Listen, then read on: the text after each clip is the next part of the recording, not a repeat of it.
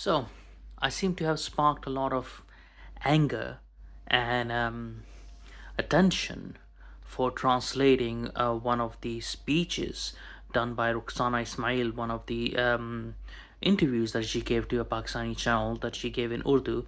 We're translating that. And yeah, I'm guessing by now many of the Pakistani MPs, because I've done that before as well, when it was a case of, I think so, his name was Azhar Ali and Afzal Khan and those sort of people, those sort of other Labour MP people. They must be annoyed by me by now for translating their speeches, which is obviously, targeted towards a Pakistani audience. But let me ask you this, and sort of like ask yourself, there's a lot of talk about moderate Muslims and moderate Pakistanis and so on and so on. Oh yeah, they love Britain because they were born over here, so they're British, right?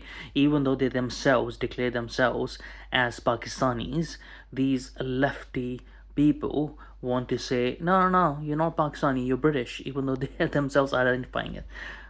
Forget about that.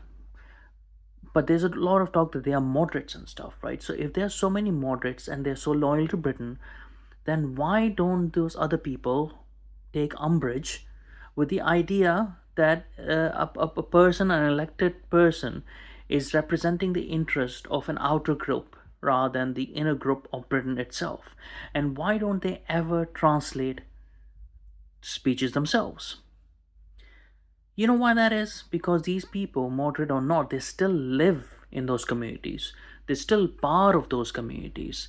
And they'll be ostracized if they did that. So they're living in these parallel communities within Britain. And that's why they'll never be fully loyal to Britain, because they're not disconnecting themselves from it.